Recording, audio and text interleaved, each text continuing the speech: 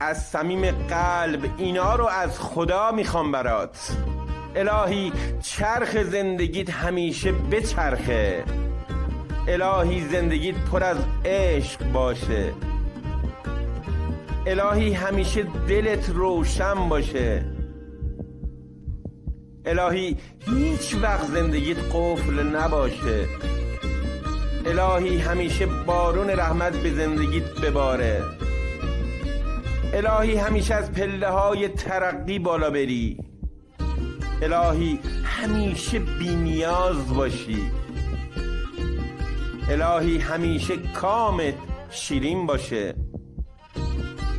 الهی همیشه ساز زندگیت کوک باشه. الهی همیشه تو زندگیت پیروز و موفق باشی.